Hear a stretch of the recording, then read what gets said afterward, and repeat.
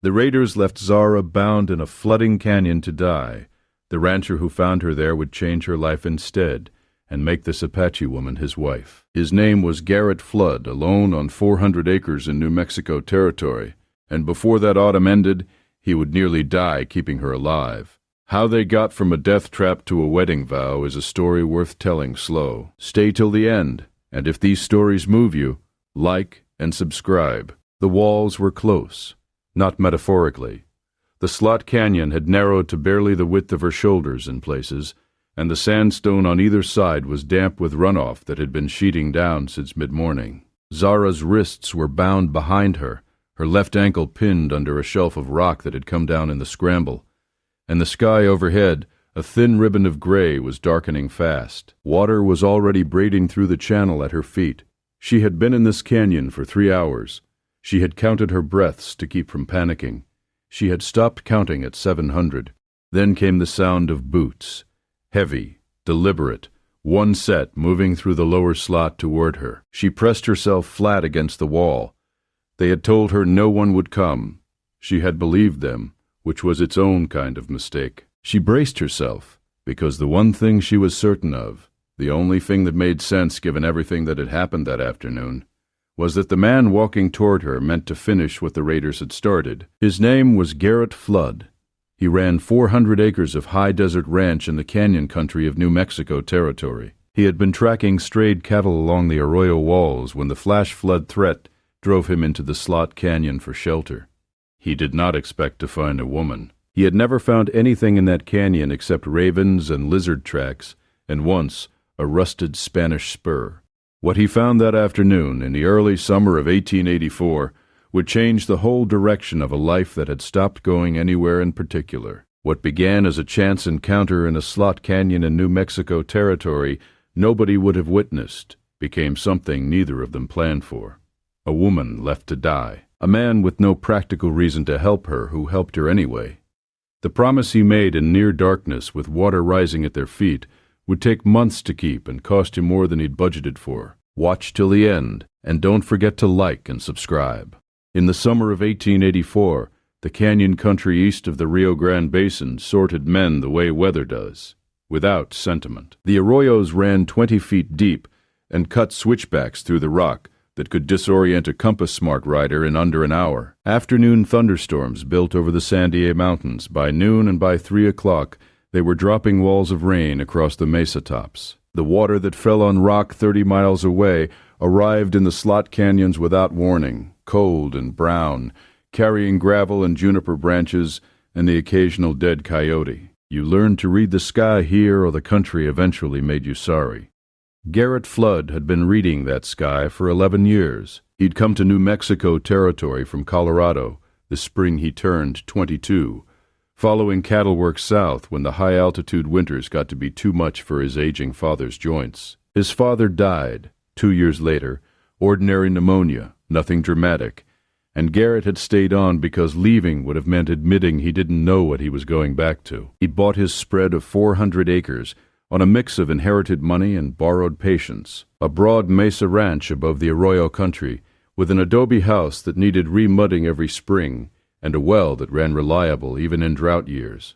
He ran cattle, he kept mules, he had a hired hand named Blas Ortiz, who worked 3 days a week and had a large family in the valley, and opinions about everything. He was 33 years old, quiet by disposition, and he had not been in love with anyone since a woman in Taos 6 years back, who had been engaged to someone else and had not seen fit to mention it until it was too late to matter. He thought about her less now. He had learned to fill time the way a man does when he decides that being alone is at least predictable. He'd been tracking 2 strayed heifers along the arroyo system that morning, when the sky above the Sandias turned the bruised color that meant serious weather. He knew the slot canyons in that section could flash with almost no warning. He also knew there was a sandstone overhang about a half-mile in where you could wait out a hard storm without drowning. He'd used it twice before. He turned his horse back to the entry, tied her to a pinnon outside the slot where she'd have room to stand, and went in on foot with his rifle and his saddlebag. He found the overhang where he remembered it. He set his gear down, listened to the thunder working its way closer, and watched the first fat raindrops darken the stone. He was calculating how long it might last when he heard, from somewhere deeper in the canyon, a sound he couldn't place. It was not loud. It was the sound a person makes when they are too tired or too controlled to cry out the way they want to. A sharp exhalation, a grunt of effort, then silence, then again. He picked up his rifle and went deeper into the slot. The canyon narrowed to a place he had to turn sideways to move through. The sandstone walls close enough to feel the moisture in them. He came around a bend in the rock and stopped. She was against the far wall of a small chamber the canyon opened into, a space maybe 10 feet across. Her wrists were bound behind her with rawhide. Her left foot was wedged under a slab of fallen sandstone, not a large one, but enough to pin her at the ankle. She had clearly been trying to work it free for some time. The heels of her moccasins were scored where she'd braced them against the rock, and there was a raw scrape along one forearm where she'd been leveraging herself. She saw him the same moment he saw her. Everything in her went still, not the stillness of peace, but its opposite. The absolute concentration of someone who has decided that what happens next depends on reading the next few seconds exactly right. Her eyes moved from his face to his rifle to the width of the entrance behind him. She was calculating. He'd seen men in dangerous situations do exactly that, and he recognized it for what it was. He took a breath. He set the rifle down slowly, barrel against the rock wall. Away from both of them, he held up his hands, palms open. She watched him. She didn't move. He said quietly, "I'm going to get that rock off your foot." He said it the way you say something when you know the person can't understand the words, but you want the tone to do the work. He moved slowly, low, no sudden angles. He crouched beside the slab and looked at how it sat. It had come from a ledge above, probably shifted by the ground saturation, and landed wedged at an angle, the heavy edge across her ankle, the lighter end propped on the opposite wall. He worked his hands under the lighter end and lifted. The slab ground against the stone floor. She made no sound. He shifted the angle, got better leverage, and the slab rolled clear. She pulled her foot back immediately. She pressed herself against the wall, getting as much distance between herself and him as the 10-foot chamber allowed. He sat back on his heels and looked at the bound wrists. The rawhide was soaked and swelling, tightened by the damp. He could see the skin beneath going the wrong color, he said. The ties need to come off. He reached to his belt for his folding knife. He saw her tense. He opened the blade slowly, let her see it, then turned it handle first in his hand and held it out to her. She looked at the knife.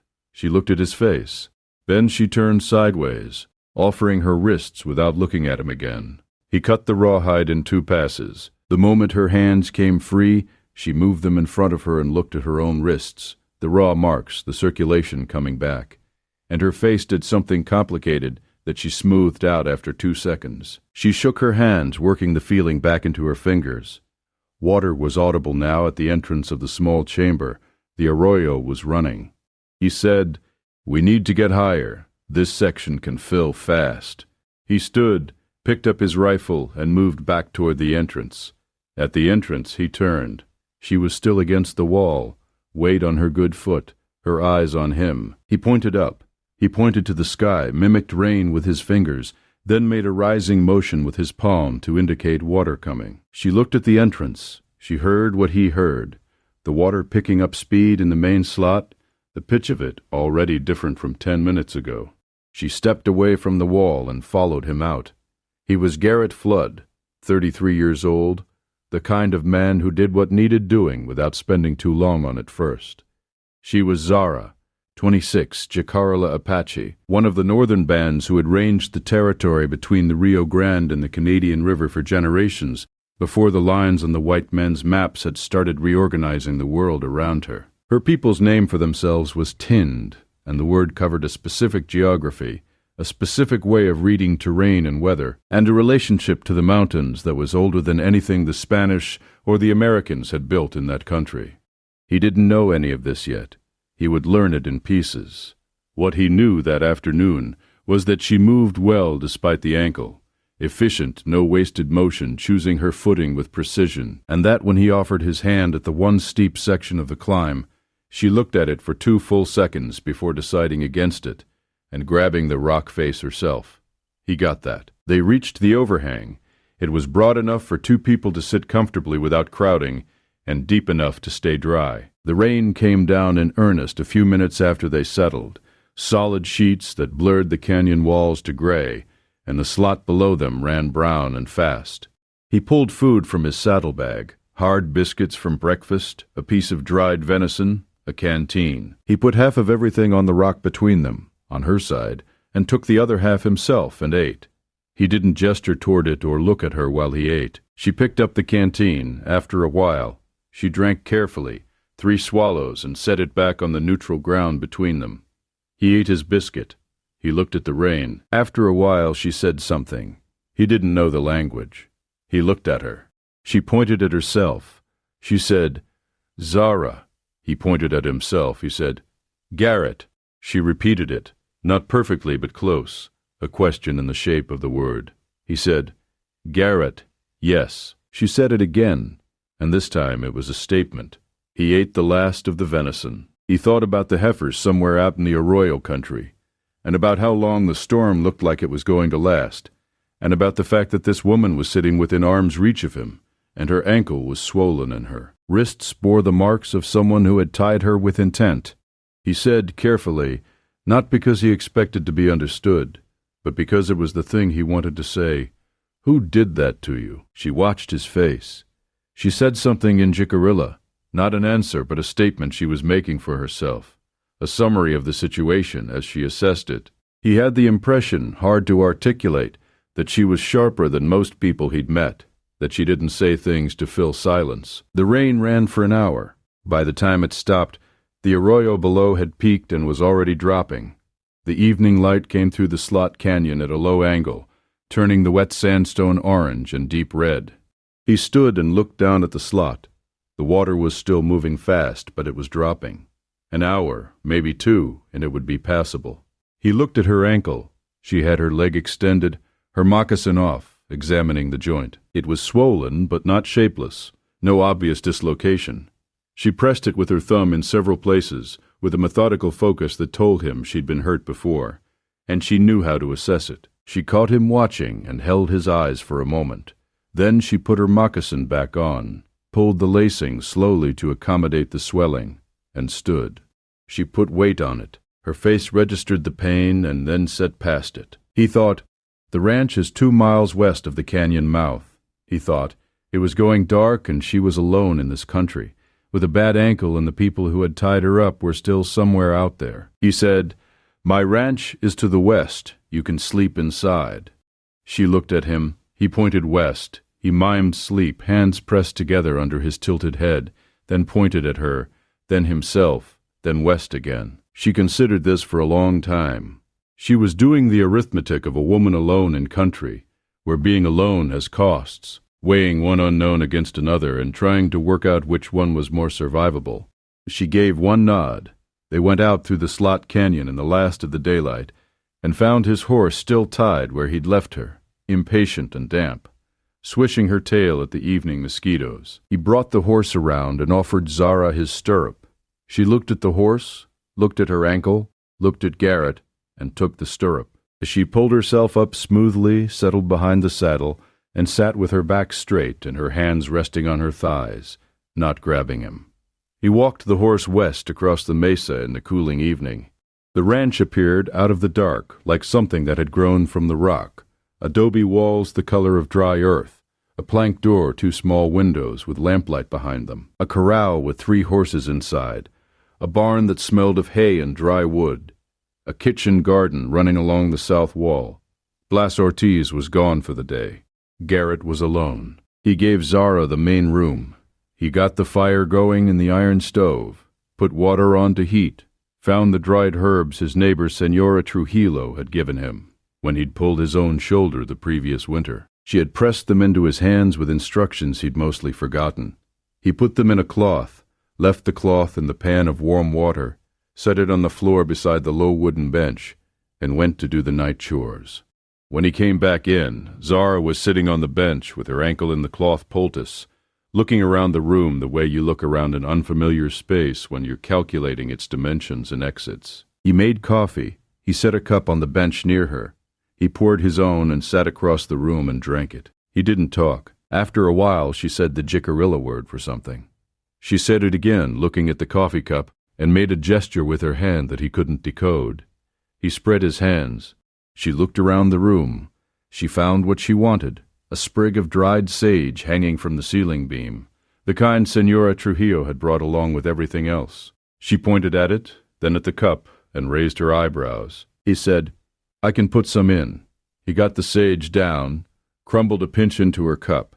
She drank it, and something in her face settled just slightly, like a dial being turned the right direction.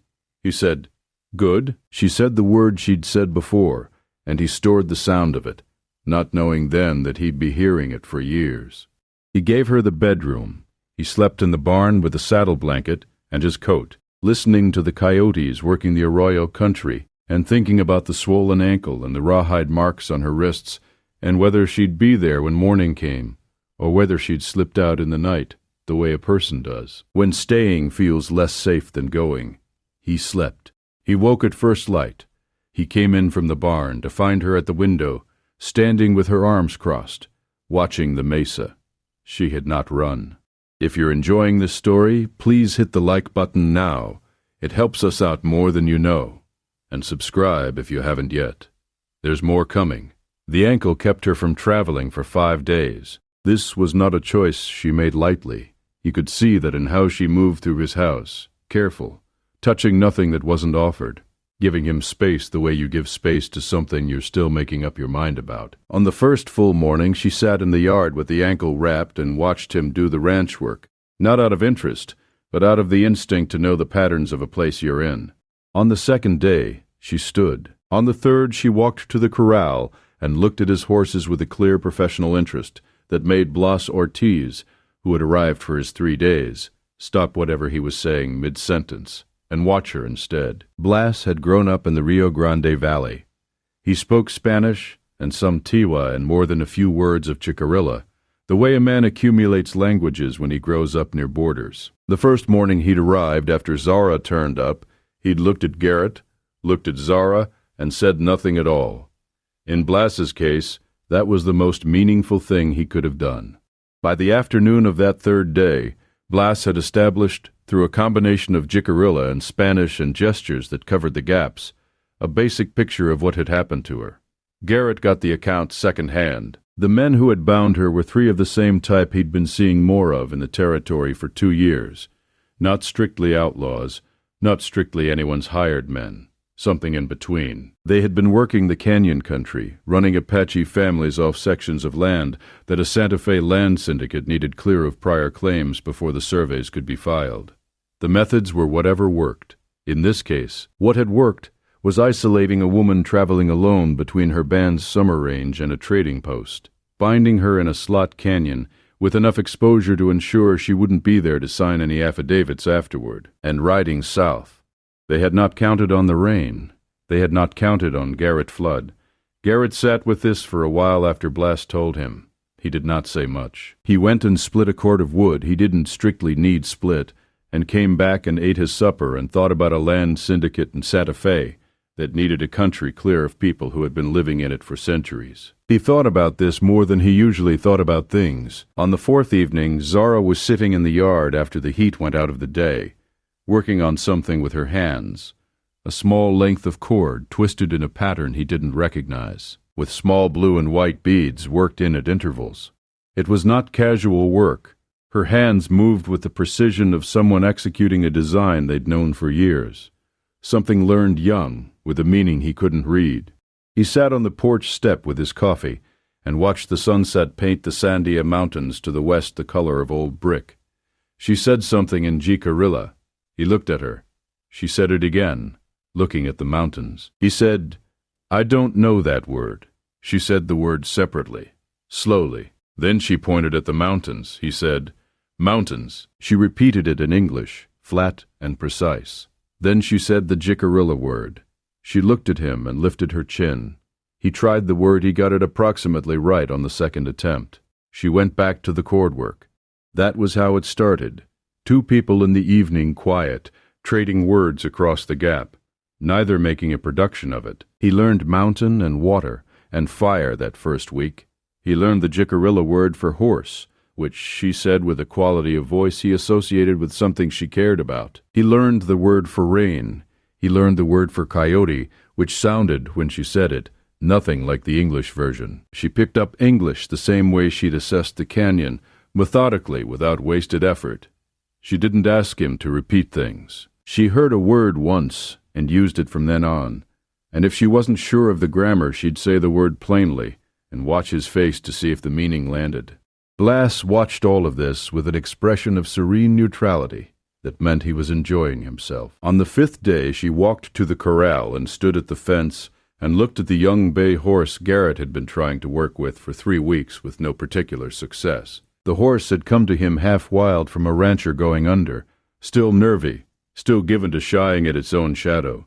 Zara stood at the fence for a long time. The horse looked at her. There was something Garrett, watching from across the yard, couldn't quite account for. A quality of stillness she put out that the horse seemed to find less alarming than it found everything else. She unlatched the corral gate and went in. Garrett came off the porch 2 steps before he stopped himself. She clearly knew what she was doing. She stood near the middle of the corral, not moving toward the horse, not away from it. She let it come to her. 20 minutes later, the bay horse had its nose in her shoulder, and she was running her hand along its neck with flat, certain strokes that said she'd done this 100 times. He said from the fence, "I've been working with that horse 3 weeks." She said, "You were going too fast." He looked at her. "That's probably true." She came back out of the corral and latched the gate. The horse watched her go with what Garrett could only describe as disappointment. She almost smiled. He was starting to recognize those. They were rare. He said, "The Jicarilla word for patience." "What is it?" she told him. He tried it. She told him to try again. He tried again. She said, "There, that one." He filed it away with the others. Her people were Jicarilla Apache, specifically the Olaro Band, one of 2 divisions of the Jicarilla who had inhabited the Sangre de Cristo Mountains and the Mesa country east of the Rio Grande for more generations than any American map acknowledged. The Olaro were the plainside people, ranging into open country, hunting, trading, moving with the seasons in patterns calibrated over centuries to match the rhythms of that particular land. Zara's father had been a healer whose knowledge of medicinal plants was a communal resource. He had died 4 years back from fever, the same kind that took people across all the territory's races, though the Apache got less treatment for it. Her mother was living. Her brother, a man she called Queso in her conversations with Blas, was with the main band near their summer range in the foothills. She had been traveling alone because she'd gone to the trading post on an errand that was hers to do. Alone because the route was one she had traveled a dozen times, and she had not expected trouble. That was the thing about trouble. You rarely expected it on the routes you already knew. She spoke about none of this directly to Garrett. He got it in fragments, from Blas, from context, from moments when she said something in Jicarilla that Blas happened to translate. She had a dignity about her private life that was not coldness, but accuracy about what information belonged to whom. What she told the man who had freed her from a canyon rock was the minimum you owed someone whose help you had taken. What she held back was everything else. Garrett respected this. He held back plenty of his own. The ankle healed. She stayed, not formally, not with any declaration. She stayed the way water finds a level, by adjusting to the contours of the place. On the 6th day, she was walking without the limp. On the 7th, she went out with Blas to help bring in the strayed heifers, which Blas had finally located in a draw 3 miles east. She came back with the cattle and Blas, and went into the kitchen and started making something from the dried corn in Garrett's pantry, and the herbs she pulled from her own small pack, measuring nothing, working from memory. It was the best thing he'd eaten in months. Blas ate 2 bowls and said in a tone of great seriousness, "You should keep her." Garrett said, "Pass the biscuits," still smiling. Zara said in English without looking up, "I speak some." Blas put his hands on the table and laughed until the lamp shook. What changed between the 2nd week and the 3rd was subtle enough that Garrett couldn't have pointed at a single thing and said, "Here, this is when it shifted." It was more like the way light changes across a long plateau, gradual, and then suddenly you look up and the color of everything is different from what it was an hour ago. She began spending less time watching exits and more time simply being in the room. She stopped sleeping with the knife in her hand. He hadn't known about the knife until the morning he woke early and came in to find her asleep on the cot he'd moved to the main room for her. The knife on the floor between her hand and the wall, and he'd gone quietly back outside and thought about that for some time. By the end of the 3rd week, the knife was in its sheath on her belt in the mornings, not on the floor beside her. He noticed this the way you notice things you're not supposed to be tracking. She was teaching him Jicarilla, the way someone teaches a language they actually want the other person to learn, not the formal structures you find in a phrase book, but the living version, the words that mattered, the ones you needed when you were standing on a mesa in the evening, or identifying a plant by the creek, or telling someone that a storm was coming from the northeast. She showed him the difference between 2 species of plant he'd been treating as the same his whole time in the territory. One could be boiled for a compress on strained muscles. The other had no such use, and he'd been wasting a shelf of it. She told him plainly, the way you share information that seems obvious when someone points it out.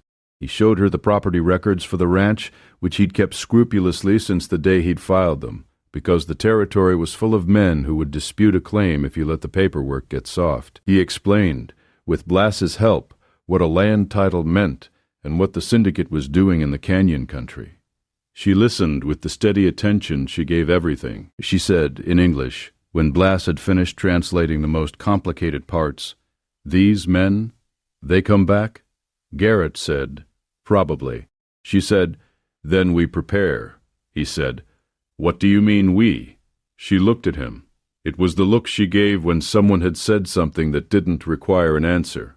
He let it go. The men came back on a Tuesday, 3 of them, same type as before, with the organized casual thread of people who had done this kind of work enough times to have a system. Garrett had been watching the road for a week. He'd asked Blass to be on the property both days. Unusual, and Blass had agreed without asking why, because Blass understood the country. He'd written to the county sheriff in Cimarron 2 weeks back with a full account of what had happened to Zara in the canyon. The rawhide bindings, the deliberate exposure to the flash flood threat. He had names, partial ones, gathered from a man in town who knew the syndicate's operations. Zara had spent those weeks doing what she did, ranch work, horse work, plant work. She and Blass had built a kitchen garden extension along the south wall, adding plants she knew from the foothills that he'd never thought to grow there. She had carved a mark on the fence post at the road entrance, a symbol he didn't know. When he asked Blass translated it roughly as a sign of occupation, not in the English legal sense, but in the older sense, the sense of saying this place is spoken for by someone who knows this land. When the 3 men rode into the yard on that Tuesday afternoon, Garrett was at the corral. Blass was in the barn. Zara was on the porch with the cord and bead work she'd been adding to, the kind of work her hands knew without direction. The men pulled up in the yard. The one in front, the one who did the talking, looked at Garrett. He looked at Zara on the porch. His face went through something it couldn't quite hide. He said, "We're looking for an Apache woman went missing in the canyon country 3 weeks back. Word is, she came through this way." Garrett said, "There's a lot of country in that canyon system." The man said, "We've got papers from a land trust. She's a material witness in a claim dispute." Garrett said, "Let me see the papers." The man hesitated. "A man with real papers doesn't hesitate when you ask to see them," Garrett said. "I'll wait." Blass appeared in the barn doorway, holding a shotgun in the specific way that means he didn't intend to use it, but was prepared to. He looked at Blass. He looked at Garrett. He looked at the porch, where Zara had set down her cord work, and was sitting with her hands in her lap, watching all 3 of them with the steadiness of a hawk. He said, "We'll be back with the papers." Garrett said, "I'll be here." They rode out. The yard went quiet, the dust settling back on the road. Blass looked at Garrett. He said, in Spanish, "They will come back with more men." Garrett said, "I expect so." Zara came down from the porch. She stood beside Garrett and looked at the road where the 3 men had gone. She said in English, "I have a brother." Garrett looked at her. She said, "His name is Kesso. He is not far." He said, "You want to send word?" She said, "I already did 3 days ago." He said, 3 days ago you thought they were coming," she said. 3 days ago I was certain." He stood there with that for a moment.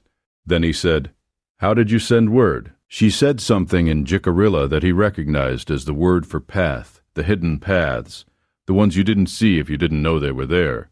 Then, in English, "We have ways." He said, "Of course you do." Blas made a sound in the barn that might have been a laugh.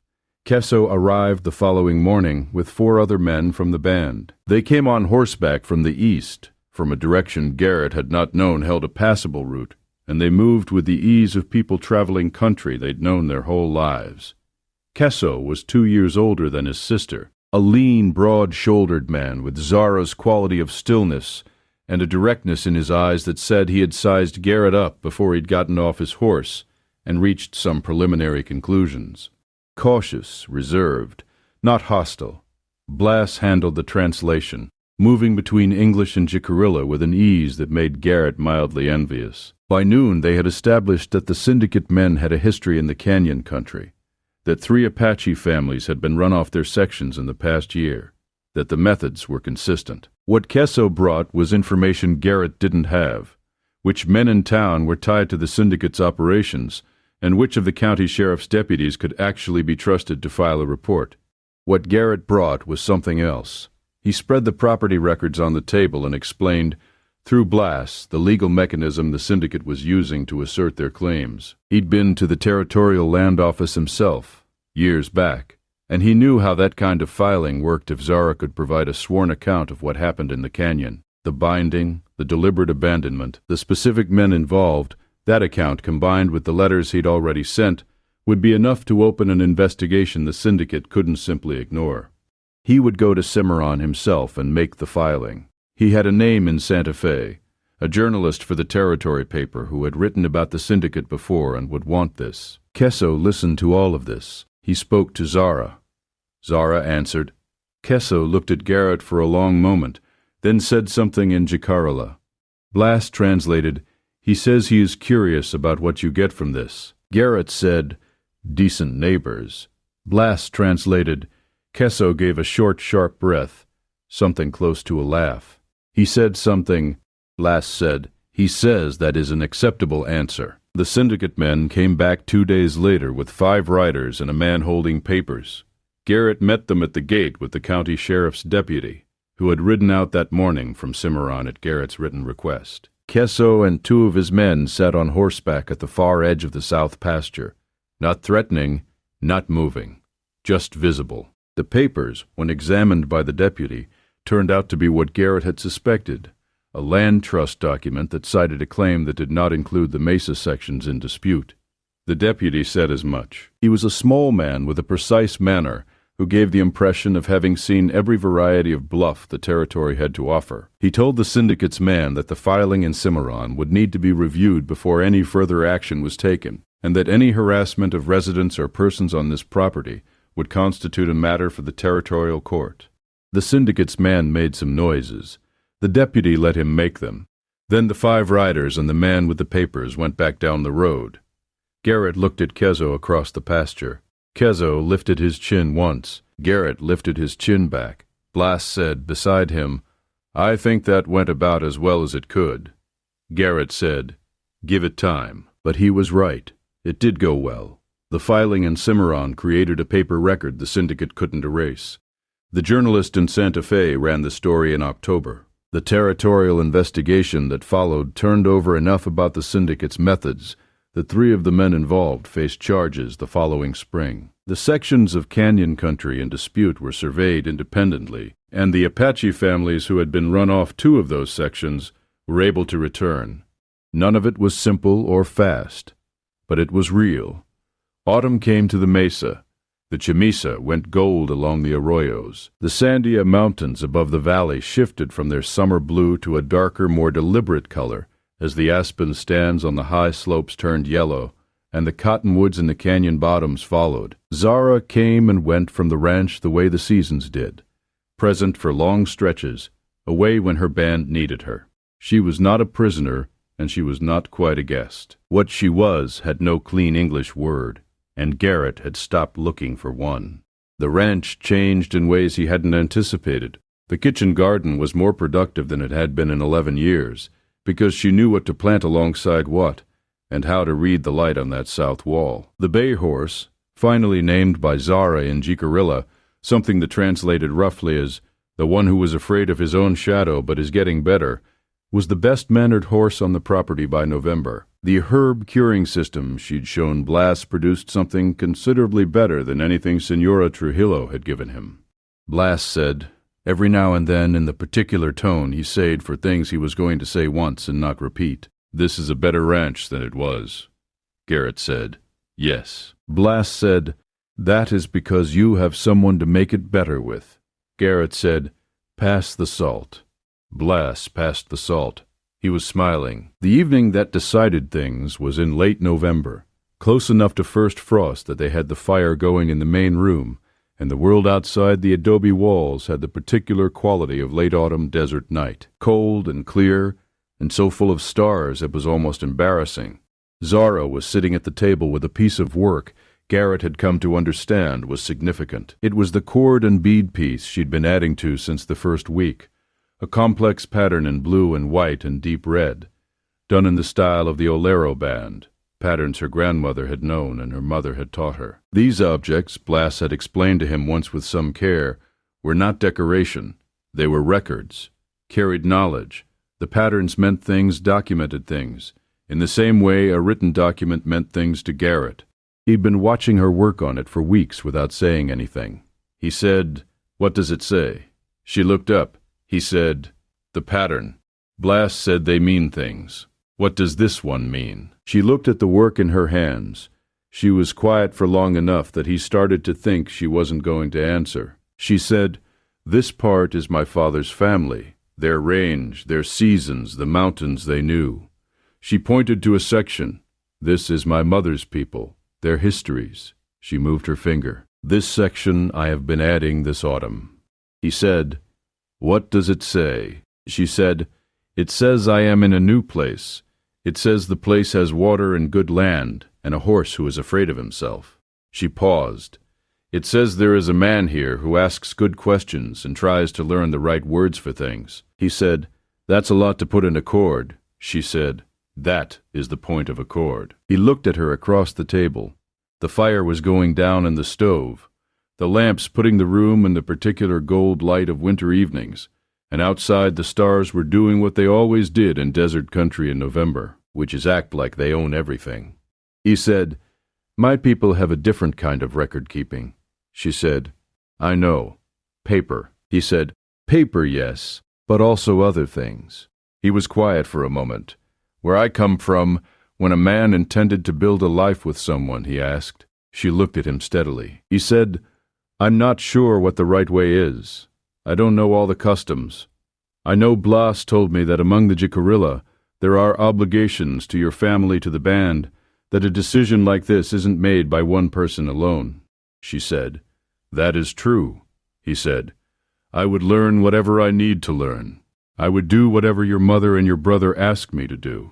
I would do both kinds of ceremony, yours and mine, if that's what's right." She said, "That is a careful way to say what you're trying to say." He said, "I'm trying to say it right." She put down the cord work. She looked at him. She said, "My mother has watched you. She has watched this ranch for 2 months. She does not say much about you, but she has not said anything against you, which from my mother is significant." He said, "And Queso?" She said, "Queso says you have a good horse, and you ask honest questions, and you didn't run when the syndicate men came." He said, "I had good help." She said, "Yes, you did." A pause. The fire settled. The stars outside were doing what they do. She said, "My grandmother had a saying. The word in Jicarilla means something like, 'The right place is the one you would be sorry to leave.'" He said, "Are you sorry to leave here?" She said, "That is what I have been deciding." He waited. She said, "I would be sorry to leave," he said. "Then don't." She picked up the cord work. She looked at it in her hands for a moment. Then she said, "You will need to speak better Jicarilla than you currently do." He said, "I know. I'm working on it." She said, "You are slow." He said, "I know that too." She almost smiled. The full thing this time. The corners of her mouth went up and the lines around her eyes went soft, and she let it stay for 2 full seconds before it settled back into her usual calm. He would have liked to have that smile come at him every day for the rest of his life. He thought that was probably worth being honest about at some point, when the language was there. She said, "I will talk to my mother and to Kesso." He said, "All right," she said. "It will not be simple." He said, "I don't need simple." She looked at him across the table. She said, "Garrett Flood." He said, "Yes." She said, "I think you mean what you say." He said, "That will have to do for now." She went back to the cord work. He went back to the lamp he'd been trimming. Outside, the stars kept doing what they do. The fire burned down, and he got up and fed it, and sat back down, and the room was warm, and the silence between them was not the silence of strangers. What came next was not a ceremony in a month. It was 2 ceremonies over the winter. The first was Jicarilla, held on the band's winter range at the foot of the mountains. With obligations, Garrett learned piece by piece from Blas and from Kesso, who turned out to be patient about the learning in a way that surprised him. There was a formal meeting with the clan elders, a period of demonstrated commitment that meant helping with tasks the band needed, showing up and working alongside the people he was asking to accept him. There was a gift of horses, 4 of them, Kesso told him. 4 was the number that said you were serious, not buying something. He borrowed one from Blas. He spent 3 weeks making sure all 4 were animals a man would be proud to give. Kesso said, "The day the horses were accepted, you picked good ones." Garrett said, "I had help." Kesso said, "You keep saying that." Garrett said, "It keeps being true." The second ceremony was in Cimarron, in front of a justice of the peace, in January of 1885. Blas was there. Kesso came, with 2 other men from the band. Zara wore her buckskin dress with the beadwork her mother had done at the shoulders, the same dress she'd been wearing the day Garrett found her in the canyon. He wore his good coat, last worn to his father's funeral, the best-maintained piece of clothing he owned. The justice of the peace, who had seen a good deal in the territory, looked at the assembled group and performed the ceremony with the straightforwardness it deserved. When it was done, Blas produced a bottle of something from somewhere and poured cups for everyone. Kizo tasted it, made a face, and said something in Jicarilla. Blas translated, "He says it tastes like pine bark." Garrett said, "That's accurate." Zara was looking at the window, at the Sangre de Cristo mountains in the distance. She said, "There is a word in Jicarilla. My grandmother used it. It means, approximately, the place you return to even when you have never been there before." He said, "I'd like to learn that word," she told him. He tried it. She said, "Not bad." He tried it again. She said, "There, that one." He kept it, the way he kept all of them. The ranch above the arroyos ran on past that winter and into the years after that. Zara's herb garden along the south wall became something that people from 2 counties came to see and sometimes to ask about, and she told them what she thought they needed to know and no more. Kesso visited regularly and eventually built a small camp on the eastern edge of the property. On land Garrett had filed a use agreement for that gave the band right of passage through the section, a document he'd drafted with care that Kesso had looked at for a long time before putting his mark on it. The bay horse, the one who had been afraid of himself, grew into an animal people offered good money for. Zara refused every offer. He was the horse she'd gentled, and she had opinions about where he belonged. The cord and bead piece she had been working on in the year she arrived grew longer. It covered a full wall of the main room by the time the decade turned. Garrett had learned enough of the system by then to read parts of it. He could make out the record of that first autumn, and the winter the ceremonies happened, and the spring when the investigation against the syndicate concluded, and the summer when Kesso's daughter was born and they went to the mountains for the ceremony, and the year the well ran exceptional in a drought that took 3 other ranches under. He could make out, in the section she'd added the previous autumn, something that translated with his still imperfect Jicarilla as the man who came into the canyon and did not look away. He asked her about it. She said, "That is what happened." He said, "It's a short way to put it." She said, "It is the important part." He thought about the slot canyon, the rain, the rawhide on her wrists, the way she'd looked at him over that 2-second gap between understanding he wasn't a threat and deciding she wasn't going to show him what it had cost her to be afraid. He thought about the November night with the stars outside and the cord work on the table, and the words she'd said when she finally said yes. The cord had it right. The important part was the not looking away. That was how a man and woman from different ends of the same hard country built a life together that fit the land they were on. It was not easy, and it was not fast, but it was theirs, made with both their hands, and neither of them was sorry. Don't forget to like this video and subscribe to the channel.